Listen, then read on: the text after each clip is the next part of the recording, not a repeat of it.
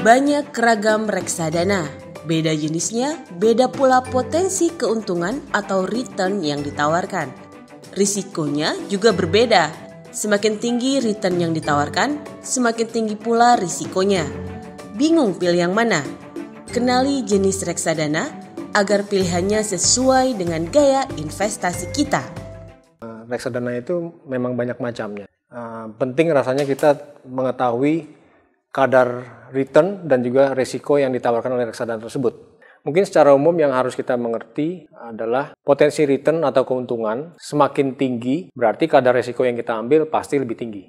Kalau kita urutkan, reksadana itu bisa secara sederhana dibagi menjadi 4 macam. Kalau kita urutkan dari yang risikonya paling rendah sampai yang paling tinggi, yang pertama reksadana pasar uang. Isinya adalah deposito atau obligasi pemerintah maupun korporasi yang kurang dari 1 tahun panjangnya. Ini cocok untuk investor yang cenderung mengutamakan keutuhan nilai pokok investasi.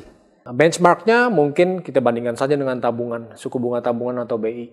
Yang kedua, reksadana pendapatan tetap, kadar risiko lebih meningkat.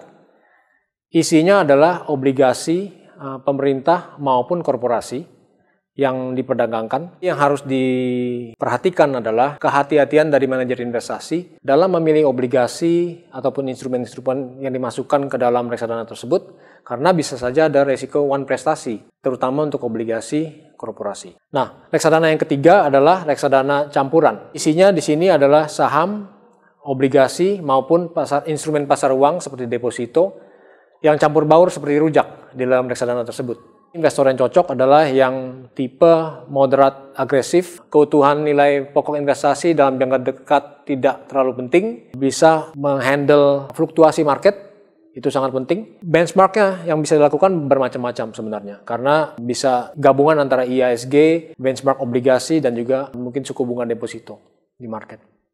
Yang terakhir adalah reksadana saham.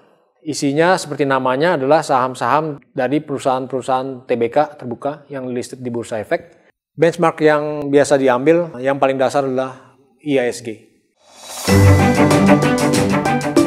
Produk reksadana yang baik bukan hanya menyuguhkan return di atas acuan, tapi juga konsisten memberikan keuntungan dari tahun ke tahun.